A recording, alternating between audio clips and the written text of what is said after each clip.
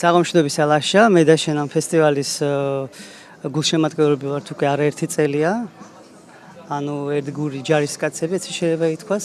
და ალბათ შემთხვევით არ გახურავს ეს მუზარადი, არა? ხო, ეს შემთხვევით მახურავს, იმიტომ რომ არ მქონდა დაგეგმილი ნამდვილად. ნიკა ბერიძეს ჩვენს საყვარელ მომღერალს გამოვართვი ახლა და ძალიან სიმბოლურია, ესე ხშირად უთქვამთ ჩემთვის, რომ უნდა იაროო ამითო, ჩაფხუტითო და მეც გადავწყვიტე, რომ ერთხელ მაინც სიმბოლურად დავიხურო ეს. მე გიცნობ შენ რომ ძალიან მკაცრი თეატრალური კრიტიკოსი ხარ მართალი, მე ძალიან გაფასებ და სწორედ მინდა დაგისვა კითხვა, როგორ შეაფასებდი წლევანდელ ფესტივალს? იცი რა, მე ყველა სპექტაკლი სამწუხაროდ არ მინახავს, მაგრამ დიდი ნაწილი ფაქტობრივად ვნახე ამ ფესტივალის და ვფიქრობ, რომ წლიდან წლამდე იზრდება ეს ფესტივალი. საერთოდ ამ ფესტივალს აქვს ძალიან დიდი მნიშვნელობა, არა მხოლოდ ჟანრის განვითარებისთვის, არამედ ერთდროულად ის ავლენს პოტენციას ახალგაზრდა რეჟისორების ქმნის და სივრცეში აჩენს ახალ დრამატურგებს და ახალ შესაძლებლობებს და პერსპექტივებს შლის არტისტების წინაშე. არტისტებში ვგულისხმობ რეჟისორებსაც, დრამატურგებსაც და მსახიობებსაც, იმიტომ რომ არაერთმა რეჟისორმა სწორედ აქ აიდგა ფეხი როგორც დრამატურგმა და ეს ძალიან მნიშვნელოვანია. ის რომ საზღვრებიც ფართოვდება, სხვადასხვა ქვეყნები ჩაერთნენ და უკვე 2 წელი ამ ფესტივალს აქვს საერთაშორისო სტატუსი, მე ვფიქრობ, რომ ეს არის ძალიან მნიშვნელოვანი და ზრდის სწორედ თვალსაწიერს პირველ ყოვლისა, იმიტომ რომ სხვადასხვა ქვეყნის წარმომადგენლები ლაპარაკობენ სხვადასხვა პრობლემებზე, რომელიც ჩვენთვისაც არის აქტუალური და საინტერესო და ამავდროულად მგონია, რომ სხვადასხვა ფორმები მოაქვთ, რომელიც ძალიან საინტერესოა ჩვენთვისაც და ხდება უბრალოდ გამოცდილების გაზიარება და ძალიან კარგია. კეთილი და რომელიმე სპექტაკლს გამოარჩევდი წელს? იცით რა არის, მე მგონია, რომ რაც ვნახე, იმაზე დაყრდნობით შემიძლია გითხრათ, რომ ყველა სპექტაკლში იყო რაღაც საინტერესო დეტალები. განსაკუთრებით ალბათ არ ვიქნები ტენდენციური და სუბიექტური, თუ გამოვყო პატაციკოლიას სპექტაკლს, ფაქტობრივად ეს იყო თეატრალიზებული კითხვა, მაგრამ ძალიან საინტერესოდ გაკეთებული და ჩემთვის საინტერესო იყო ამ პიესის ფორმა და ის რომ რეჟისორი კითხულობდა უკვე ნათელი იყო ჩემთვის რამდენად აქტუალურ თემებზე საუბრობს და ძალიან მტკივნეულ საკითხებს ეხება და ადამიანის ბედს, ჩვეულებრივი ადამიანის ოდნავ განსხვავებული ადამიანის ბედს ჩვენს სამყაროში, ჩვენს რეალობაში და ყოველ დღე ჩვენ ვაწყდებით ასეთი ადამიანები ძალიან ბევრ პრობლემას. საზოგადოებას არასდროს არ უყვარს ინდივიდები და ისეთი ადამიანები, რომლებიც მას არ გავს და ამიტომ პროტესტს აცხადებენ მის მიმართ და ამ ადამიანის ბედზე იყო ეს პიესა და თვითონ პიესა სტრუქტურის თვალსაზრისით იყო ძალიან საინტერესო, იმიტომ რომ მსახიობისთვის ეს იქნება ურთულესი შესასრულებელი და მე გიკობალაძეს მინდა რომ გამძლეობა, შემართება და დიდი წარმატება ვუსურვო, იმიტომ რომ ურთულესი იქნება მისთვის. იცით როგორია, როცა მკვდარი ხარ და საბარგულში ზეთის სუმი დგას. ასფალტის გზიდან გადავუხვიეთ, საით მივდივართ. მტვერი შემოდის, ძველი მანქანაა. და ნავინ დამარტყა. ეს რა, იცინიან? რა აცინებთ? ისიც იცინეს თუ მარტო მეორე. რატომ იდექი გაუნձრებლად, არაფერი თქვი, არაფერი გააკეთე შემონა. სხეული სულ გამიცივდა. არა, მოვასწრებდით. ნამდვილად მოვაცრებდით, მე კი დარწმუნებული ვიყავი, რომ მოვაცრებდით. უბრალოდ აი ზუსტად ეგეთი ინტენსივობის გამო უცებ რომ რაღაცა სიცხე მოგცეს, უკვე ჩაიშალა რა. მაგრამ ეს არის რისკი, რომლის გაღებაც მე მიღირს, იმიტომ რომ ესეთი ინტენსიური მუშაობა, როცა ზიხარ თან რეპეტიციებს გადიხარ თან წერას, სწორედ ხო? აი ეს შობს მე ზუსტად ისეთ ტექსტს, როგორიც მე მინდა. ამიტომ მირჩევნია, რომ ესეთი ინტენსივობა იყოს და იყოს ის რისკი, რომ შეიძლება უცებ რაღაცა არ გამოვიდეს რა. ყოველ შემთხვევაში ფესტივალის ფარგლებში ეს ყველაზე საინტერესო პროცესია ჩემთვის და ამ რისკის გაღება ღირს, იმიტომ რომ ფესტივალის ფარგლებში მაინც მოვლენა რაღაცა იქნება, რაღაცას მაინც მაყურებელს წარუდგენ. თუ რა წესით, ხო, და ალბათ მომავალში კიდე გავითვალისწინებთ ხოლმე ისე ვიზამთ, რომ მზად შევხვდეთ ხოლმე ჯანმრთელობის მხრივაც და ყველაფერი. რა? ვერ გავიგე. შენი შეყვარებული მოვიდა უვლიკოდ განზე მეგობარს. მოიცა ერთი წუთი მოიცა. ზიკოს რა? ერთად მოხვედი. შეყვარებულთან ერთად მოხვედი, უვლიკო შეყვარებულ ტატუებიან, უვლიკო შეყვარებულთან ერთად მოხვედი. განზე პირველ მეგობარს. საყვარელია რა გიდა შეყვარებულთან ერთად მოსულა. ზიპოს შეყვარებული გოგოა, ტატუები აქვს და ლიფი არაცვია. აი მე ზიპოს გაექცა მეგონი ცხენები. ჩემთვის ეს ფესტივალი ფაქტობრივად არის ისეთი ასპარეზი, რომელიც სხვაგან არსად არ მაქვს. მართლა არ მაქვს, იმიტომ რომ არის სრული თავისუფლება, არის ისეთი ინტენსივობის მუშაობა, როგორც მე მსიამოვნებს და მინდა.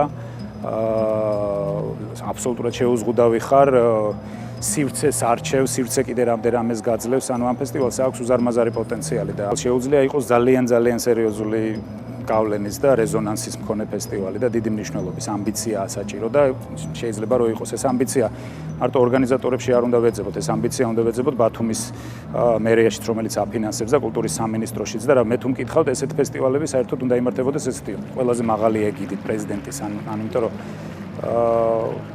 მართლა დიდი პოტენციალი აქვს საქართველოში ბათუმში სეზონზე რაღაც ტურისტებისთვის კი არ იქნება მხოლოდ საინტერესო ეს რეალურად სულ სხვა განზომილების შეიძლება იყოს რაღაც თავისუფლების კუნძულად შეიძლება იქცეს თუ გვინდა რა თქმა უნდა იმიტომ რომ გარშემო ხვდებით ხო ჩრდილოეთში სამხრეთში ყველგან ნელ-ნელა იზღუდება სიტყვის თავისუფლება ნელ-ნელა რა დიდი ხანია უკვე და რამდენი ავტორია ალბათ ახლა ჩვენ სამეზობლოთ რომლებსაც არ აქვს საშუალება რომ თქვან და აქედან შეიძლება ისე ითქვას რომ გაისმას მთელს ევროპაში რა წესით მე მგონი ეს უნდა იყოს ამბიცია და რა ვიცი იმედი მაქვს რომ დააფასებენ ამას კაკაურობის მესვეურები. სიკო გამარჯობა მომეცი ხელი. ბიზძეთ, საიდან იცი ჩემი სახელი? მე ყველაფერი ვიცი. წყალი რა ცივია. ჩემი კლავებია თბილი. მოდი ჩამეხუტე. ყველას უყურეთ ამ გოგოს სახელად ზიბო. ტანით კივილისგან კი არ დაკრუნჩხვია, თავის შეყვარებულს ეხვევათ აგრეხილ ხელებით. სახეთ კივილისგან კი არ მოღრეცია, თავის შეყვარებულს კოცნის მობრეცილ პირით. ქვესკნელში მიცურავს მახინჯის სხეული, სითბო და სიხარული მიაქვს. სიცივეს მიჩვეულ ქვესკნელში ქორწილია. იცნობდეთ, ეს არის ზიბო. ამავდროულად მინდა გამოვყო დათო ტურაშვილის პიესა ხაშურის სევდა, რომელსაც ბიჭკა ჭეიშვილი თამაშობდა და რეჟისორი იყო ირაკლი გურგენიძე.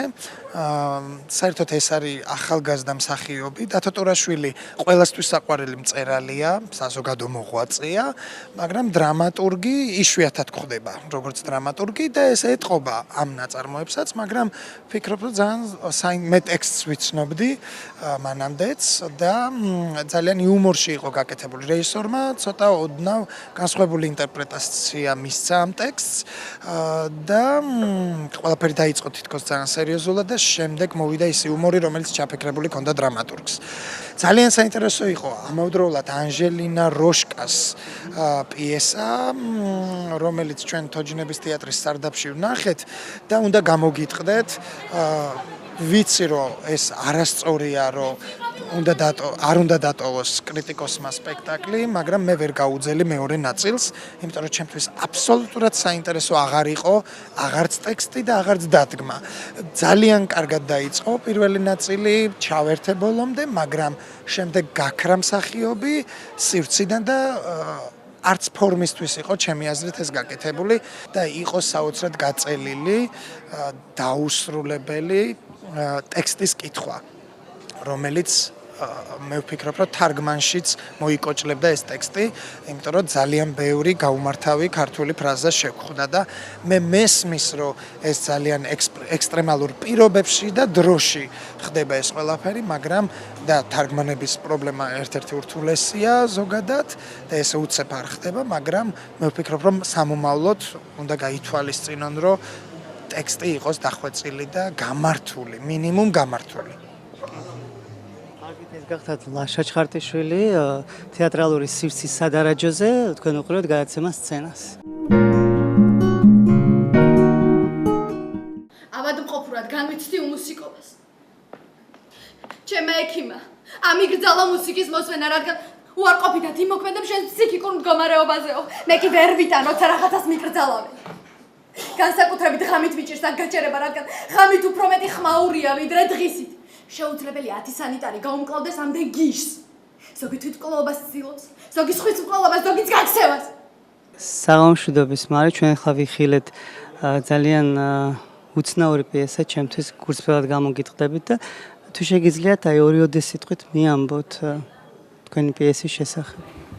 პიესა არის ისეთ ადამიანებზე, ვინც ასე ვთქვათ, უბრალო პროფესიას ფლობენ, ხალხისთვის შეუმჩნევლები არიან, მაგრამ საქმეს აკეთებენ, რა თქმა უნდა და აი მათი საქმე შეიძლება სხვებისთვის ძალიან უმნიშვნელო იყოს, მაგრამ ისინი ძალიან დიდ ენერგიას დებენ ამაში.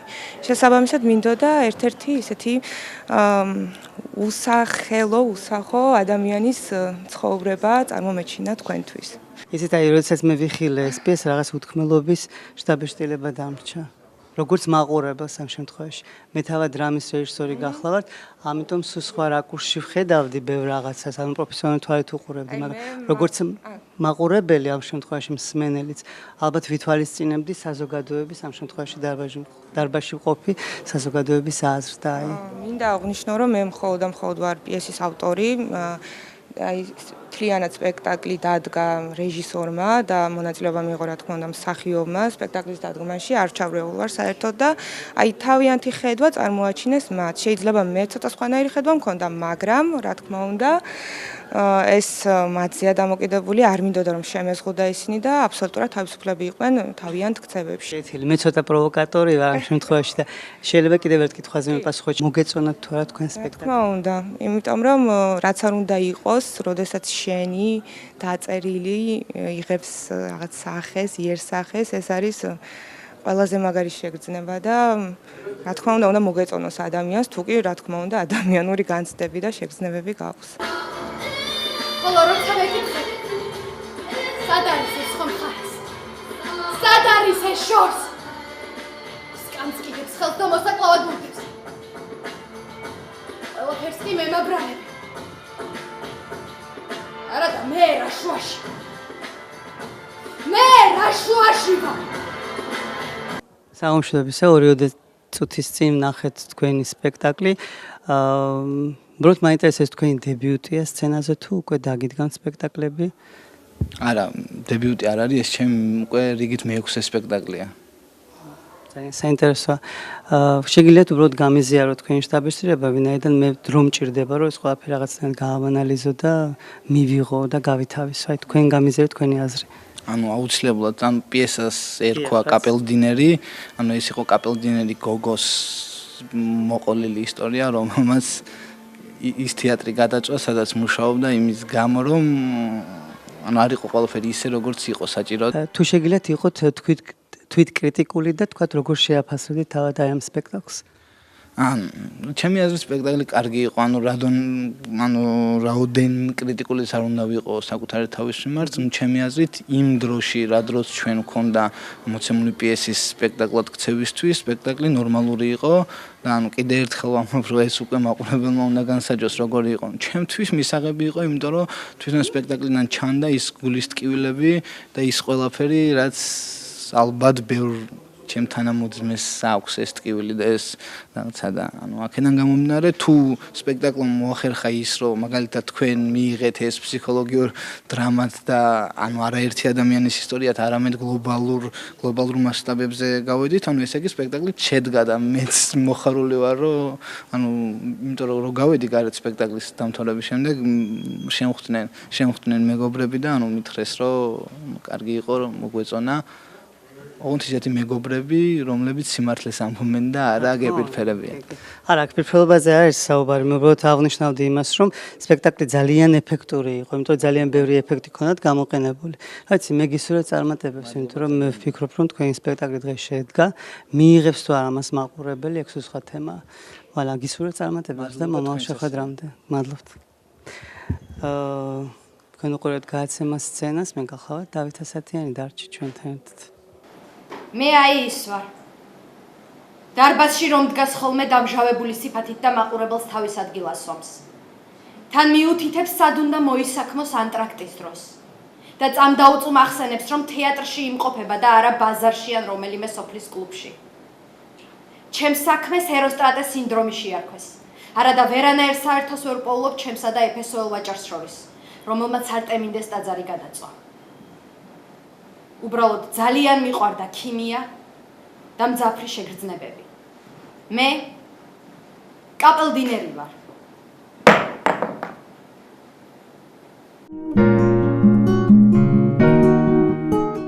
სოფოს აღმომშვიდობისა თეატრალურ წრეში ყველა ითვალისწინებს თქვენს ასვლას. აქედან გამომდინარე ჩვენთვის ძალიან მნიშვნელოვანია გავიგონოთ თუ რას ფიქრობთ თქვენ ამ ფესტივალზე. პირველ რიგში იმას ვფიქრობ, რომ ერთმანეთის იშვიათად ვითვალისწინებთ ხოლმე, არა მარტო თეატრალურ სფეროში, არამედ ზოგადად საზოგადოების აზრი მგონია, რომ მათ შორის სახელოვნებო სივრცეს ნაკლებად აინტერესებს, ასე რომ არ გეთანხმებით და თან ცოტა შემრცხვა კიდეც ასეთი ქათინაურის გამო. რაც შეეხება ფესტივალთან დაკავშირებით, მე პირველად ვარ წელს სტუმრად. ერთ-ერთი ყველაზე მნიშვნელოვანი ეტაპი ამ ფესტივალის არის მუშაობა. დაიწეროს უნდა ტექსტი, დრამატურგთან ერთად იმუშაოს რეჟისორმა და ამ ყველაფერს მონაწილე და მომსწრე იყოს მსახიობი და ასეთი პროცესი ჩემი აზრით არის ბევრად ჯანსაღი პროცესი. ესეთი პროცესი შეიძლება იყოს მხოლოდ ხელოვნების ასე ვთქვათ დამბადებელი, იმიტომ რომ და ახალი ენის, ახალი თემების, წელს იყო საკმაოდ ასე ვთქვათ ჭრელიც და მრავალფეროვანიც და ჩემთვის ეს ღირსება უფროა, ხელოვნებას არ უნდა ვუყუროთ მაინც და მაინც მხოლოდ როგორც წარმატებული პროექტების ერთობას, ფესტივალს დაუშვათ ან და მხოლოდ ასეთი ფესტივალები არ არის საჭირო ან და არ უნდა ვუყუროთ მხოლოდ როგორც მაყურებლის რაღაც ნაწილი ალბათ ფიქრობს, რომ ეს უნდა იყოს ზეიმი და გართობა. ეს არის კვლევის პროცესი და ძალიან კარგ შედეგებზე გავდივართ. ჩვენ ვიცნობთ ახალ მსახიობებს ან და ისეთ რაკურსში ვხედავ ხოლმე მსახიობს ან ავტორს, რომელიც არ მინახავს აქამდე ტრადიციულ ეგრეთ წოდებულ აკადემიურ თეატრში, სადაც ისინი მაინც ემორჩილებიან შიდა წესებს, რომელიც უფრო ტრადიციულია. და მეორე ყველაზე მნიშვნელოვანი ღირსება, რომელსაც ფესტივალი უქმნის ხელოვანებს, ეს არის ერთგვარი თავისუფლება.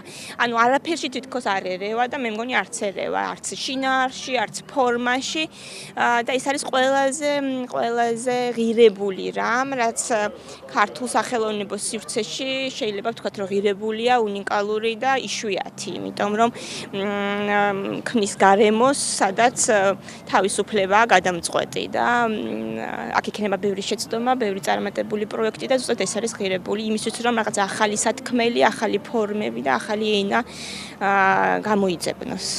კეთილი და გამოარჩევდით რომელიმე სპექტაკლს ან რომელიმე მსახიობის არ გამოვარჩევდი, იმიტომ რომ ჯერ ვფიქრობ, ბევრი რამდენიმე მათგანი, ასე ვთქვათ, ჩემი ახლო მეგობარი არის და თანამოაზრე, ამიტომაც ასე ვთქვათ და კონკრეტიკას მოვერიდებოდი, თუმცა მეც ვემზადები რომ სტატია დავწერო და გარკვეულ ტენდენციებს გამოვყოფდი.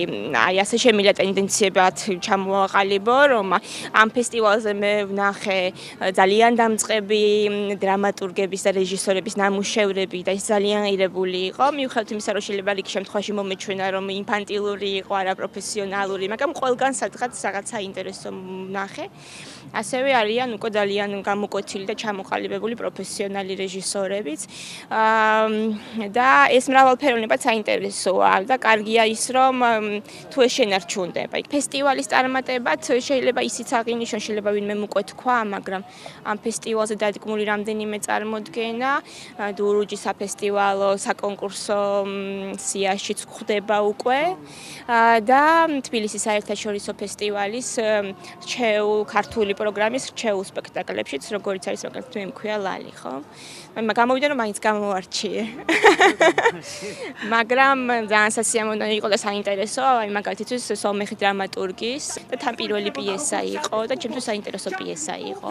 ასევე აღმოვაჩინე რამდენიმე მსახიობი, ჩანიშნული მაქვს სახელი და გვარი, რომლებსაც ვისურვებდი, რომ კიდევ სხვა სპექტაკლებშიც მენახა და იმ რამდენიმე მსახიობიდან ერთ-ერთზე გავიგე, რომ უკვე მიტოვებული ჰქონდა ეს საქმე და მონოპიესების ფესტივალმა ის დააბრუნა. ესა მოლდოვური დადგმა იყო და ეს აღმოჩენა იყო და მადლობა ამისთვის ფესტივალს. მის მადლობა თქვენ. დღეს არ ვსაუბრობთ. მე ვიცარისწინებ თქვენ დასრს. დიდი მადლობა. თქვენ უყურებთ გადაცემას სცენას, მე გახლავარ დავით ასათიანი. თვითფრინავში 2 საათი მეძინა. მე ძალიან დიდხანს ვიჯექი ტრენინგზე. ლექტორს და მთარგმნელს ერთად ვუსმენი, არა მნიშვნელოვან საკითხებზე ლაპარაკობდნენ იმაზე, თუ რა არის აუცილებელი ბედნიერებისთვის. რა არის საჭირო იმისთვის, რომ ადამიანი იყოს ბედნიერი. მე მგონი ძალიან კარგად ვიცით, არა? თავისუფლება და თანასწორობა, ყველა ადამიანს აქვს უფლება იყოს ბედნიერი. მე მგონი ჩვენ ყველას ძალიან კარგად გვესმის ეს ყველაფერი. მე დავძენ იმას, რომ თქვენ უკვე 2 წელია ხართ ჩემი ფავორიტი რეჟისორი.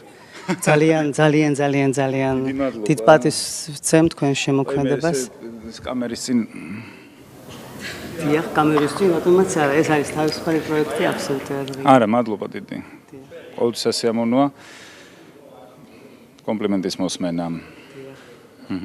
კეთილი ვიცით რა მაინტერესებდა, მე ბევრი რამ გავიგე, მაგრამ შეიძლება თქვენ გაგვიზიაროთ თქვენი შთაბეჭდილება თავად ამ სპექტაკლის შესახებ, თუ რატომ გააკეთეთ ეს არჩევანი. ხო, დრამატურგი გავიცანი აქვე შარშან მონოპიესების ფესტივალზე. და ამ კონკრეტული პიესის წაკითხვა მირჩია ოთომ თვითონ, რომ გადმოუგზავნა სპეციალურად ფესტივალისთვის დაწერაო და იქნებ გადახედო. და რო წავიკითხე მივხვდი რომ უნდა მემუშავა ტექსტზე აუცილებლად და როდესაც მაგალითად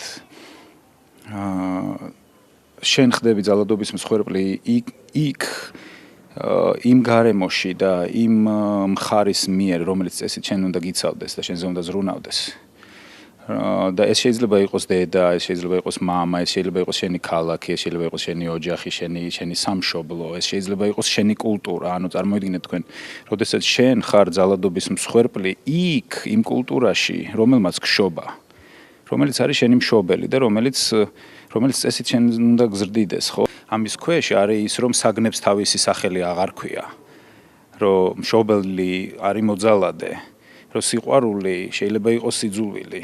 როცა საგნებს თავის სახელი აღარ ქვია, როცა თეთრი აღარ არის და შავი აღარ არის, აი ესეთ დონეზე იწამლება ცნობიერება, ასეთ გარემოში. როცა და ეგ უკვე არის გაცილებით უფრო სერიოზული პრობლემა, იმიტომ რომ მან ჩვენ ვკარგავთ ცნობიერის განვითარების პერსპექტივას. მან დიკარგება შესაძლებლობა, რომ საერთოდ ოდესმე მაინც ჩამოვყალიბდეთ რაციონალურ არსებებად. ეგ იმდენად ფაქიზი რამეა და ისეთ რაღაცებზეა დამოკიდებული და მაგის საფუძველშია ზუსტად რომ აღიქვამდე გარემოს და სამყაროს ადეკვატურად. ანუ ხედავდე რა თეთრი არა შავია, საგნებს ერქვას თავის სახელი. რომ შემდეგ უკვე ამ საგნებით ჩვენ რაღაცა კონსტრუქციები ავაწყოთ და ერთმანეთთან კომუნიკაცია დავამყაროთ, რომ მივხვდეთ ვინა ვართ, სადა ვართ, რა ხდება, რა დროა. თავისუფლებაზე მინდა ვილაპარაკო. იმაზე თუ რამხელა მნიშვნელობა აქვს თვითრეალიზაციას. თუ რა მნიშვნელოვანია სითამა. და იმაზე რომ უარის თქმა შეგეძლოს, როცა რაღაც არ გინდა. უბრალოდ თქვა არა, როცა რაღაც არ გინდა და მორჩა. და რაც გინდა იმაზე შეგეძლოს თამამად და თავისუფლად ლაპარაკო.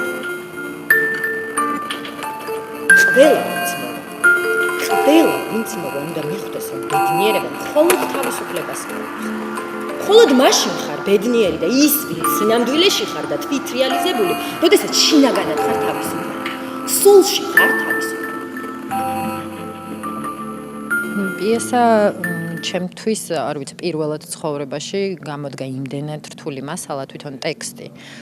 აი ყოველ ჯერზე, როდესაც ამაზე მუშაობას ვიწყებთ და რეპეტიცია მიდის და ცოტა ფინალისკენ მიდის, ძალიან მიჭირს ხოლმე, ანუ ნებისმიერ, აი უბრალოდ რომ წავიკითხო, მაინც ისე რაღაცნაირად მოქმედებს ხოლმე ჩემზე, რომ ცოტა ვამბობ, რომ მეშინია ამ ტექსტის და ამ ქალის თვითონ ამ გმირის, იმიტომ რომ ძალიან ძაფრი არის და ესეთია გეჯახება რაღაცეები პირდაპირ და ამ თვალსაზრისით ძალიან რთული იყო და არის კიდეც აი ყოველ ჯერზე, როდესაც ან თამაშობთ ან რეპეტიციას გავდივართ, თუმცა რა თქმა უნდა, რაც რთული არის, ის საინტერესოც არის ძალიან და გამოცდილებაა ისეთი, როგორიც ჯერჯერობით არ მქონია და ამის გარდა პირველად ვთამაშობ მონოსპექტაკლს, რომელიც ასევე ძალიან დიდი გამოწვევა არის და საკმაოდ რთული გამოდგა უცებ სცენაზე მარტო რო რჩები მაყურებლის წინაშე, საკმაოდ რთულია, თუმცა შემთხვევა არ მქონია რომ ამ სპექტაკლში მაყურებელი ძალიან არ დამეხმაროს. ყოველთვის ძალიან გულწრფელი და კარგი პარტნიორია და ეს მშველის ამან გადამარჩინა უკვე მეორეჯერ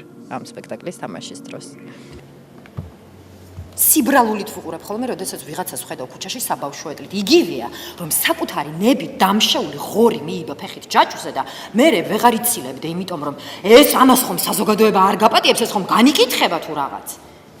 გამუდმებით ის მესმის, როგორ უჩივიან მშობლები შვილებს და მნიშვნელობა არ აქვს, რამდენი წლის ხარ. 50-ის, 60-ის თუ 70-ის საყვედურები არ მთავრდება. ხა პიესა წაკითხული მქონდა და ყოველთვის ველოდებოდი ფინალს. და ძალიან კარგად გამოგივიდათ თამაშები, ვინაიდან ფინალში სილა გააწენით, იმიტომ რომ ისე სკრუპულოზულად მიყავდათ ტექსტი, რომ ვერავის ვერ წარმოედგინა თუ ვისთან ქონდა ამ მანდილოსანს თავისი ეს სექსუალური თუ ესეთი ინტიმური ურთიერთობა. თქვენ აი გიგრძნიათ, აი როგორ მიხვედით აი ამ ეპიზოდამდე, როდესაც აი ესე ხვდით? ხო, სხვათა შორის ძალიან დიდხანს ვფიქრობდით, როგორ უნდა ყოფილიყო ეს ფინალი, როგორ უნდა გაგვეკეთებინა ისე, რომ არ გამოსულიყო ბანალური, ან რაღაცა არ ვიცი, აი ბევრი რაღაცა ვერსია გქონდა. მეც ძალიან მეშინოდა ამ ფინალის და პაატასაც და ძალიან დიდი ხანი რეპეტიციებს რო გავდივდით, საერთოდ არ ვეხებოდით ამ ფინალს და ნუ ბოლო-ბოლო დაადგა დრო რომ მივედით აქამდე და ზუსტად ისე არის დადგმული, აი როგორც ესე, აი ნაბიჯ ძალიან ნელ-ნელა, ანუ არ გადავახტით ამ პროცესს, იმიტომ რომ როგორც მუშაობის პროცესში იყო, აი ესევე დავტოვეთ თვითონ ეს სცენა, იმიტომ რომ არ ვიცი, ჩემთვის პირადად ძალიან რთული იქნებოდა და ალბათ არანამდვილი და ცოტა ყალბიც გამოვიდოდა, რომ აქ რაღაცა ის ყოფილიყო, რაღაცა ცოტა სხვანაირად დადგმული ან რაღაცების თამაში შესაბამისად, ესე გადაწყდა, რომ აი ესე ნაბიჯ ნელ-ნელა მივსულიყავით და ყველაფერი ესე პირდაპირ გვეთქვა და გაგვეკეთებინა, როგორც მოხდა ამ ბავშვში. რას უნდა გრძნობდე, როცა მამა კვდება?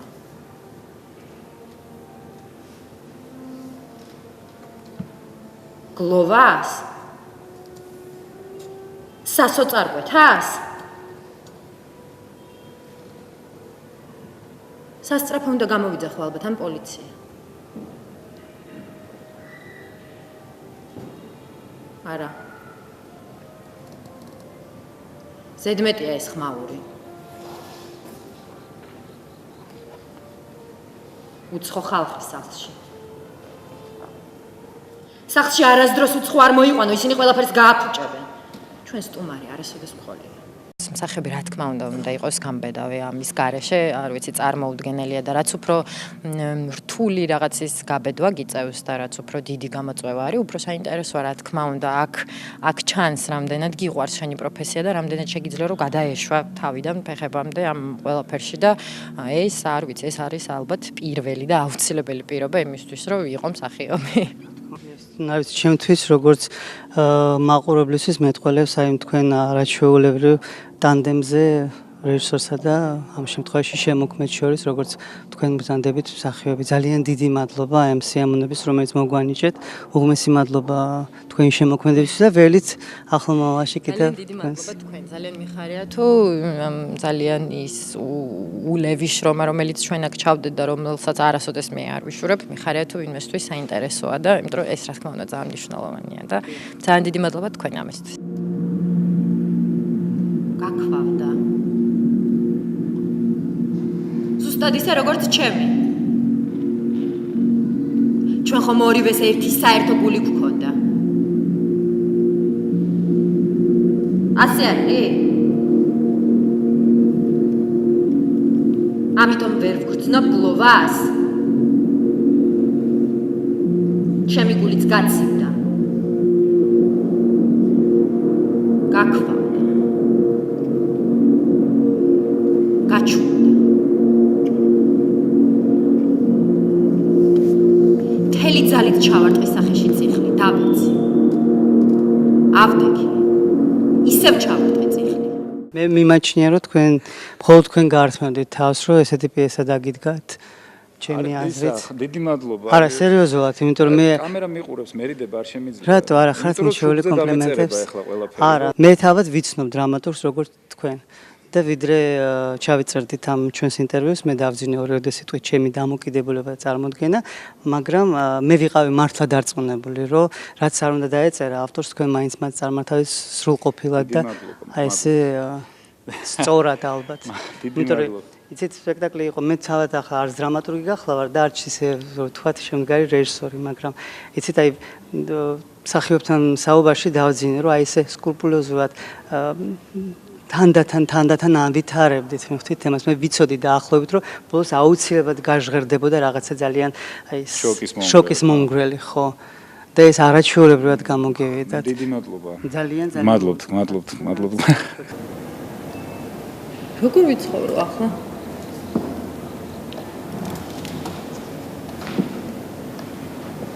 დავქნა.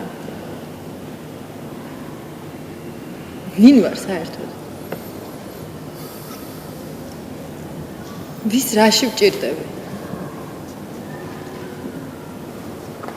ვსივარა გამოკეტილი მეხუთე სართულზე ორანჟერეაში მკვდართან ერთად. მკვდარ ვისთან?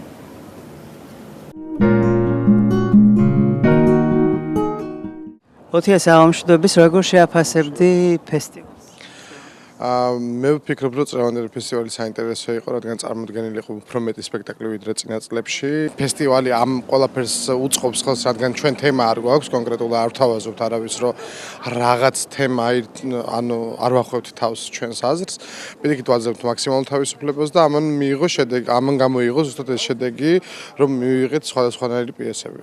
წელს იმითაც განსხვავებული იყო ფესტივალი, რომ უფრო მეტად გავხსენით ფანტაზიას, ვთქვათ და გავედით უფრო საინტერესო სივრცეებში ვაჩვენეთ სპექტაკლები.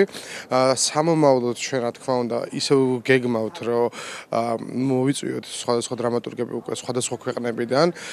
ძალიან საინტერესო იყო მუშაობა, როცა ჩამოდიოდნენ აი მაგალითად აზერბაიჯანელი დრამატურგი, რომელიც ჩამოდიოდა და დადგა ბანგლადეშელი ავტორის ტექსტი. ეს ძალიან საინტერესოა, მათ გაიცნეს ერთმანეთი ამ ფესტივალის ფარგლებში და დაეკონტაქტდნენ და ასევე უკრაინელები როგორც გამდნენ ბელარუსელი მოლდაველი დრამატურგის პიესას. ამ კუთხით ეს ძალიან საინტერესო პროცესია, ისინი აგრძელებენ მე შემოქმედებით ურთიერთობას და დგამენ სხვადასხვა სპექტაკლებს და უშვებენ ახალ პროდუქციებს. აქედან გამომდინარე, ჩვენი ფესტივალი მომავალ წელს კიდე გაიზრდება, იმედი მაქვს და უფრო საინტერესო მასალით დავბრუნდებით, ასე ვთქვათ. აბა წარმატებებს გისურვებ და მომავალ შეხვედრამდე. ხო იცით მე თქვენი ძალიან გულწრფელი გულშემატკივარი ვარ, უკვე არაერთი წელია. კი, ნამდვილად და იმედია თქვენ სპექტაკლსაც ვიხილავთ მომავალ ფესტივალზე, იმიტომ რომ წელსაც ველოდებოდით, მაგრამ საპატიო მიზეზების გამო არ გამოვიდა, მაგრამ იმედია მომავალ წელს აუცილებლად ჩვენთან ერთად იქნებით როგორც უკვე მონაწილე და მე ავიღებ თქვენგან ინტერვიუს. კეთილი, ძალიან დიდი მადლობა.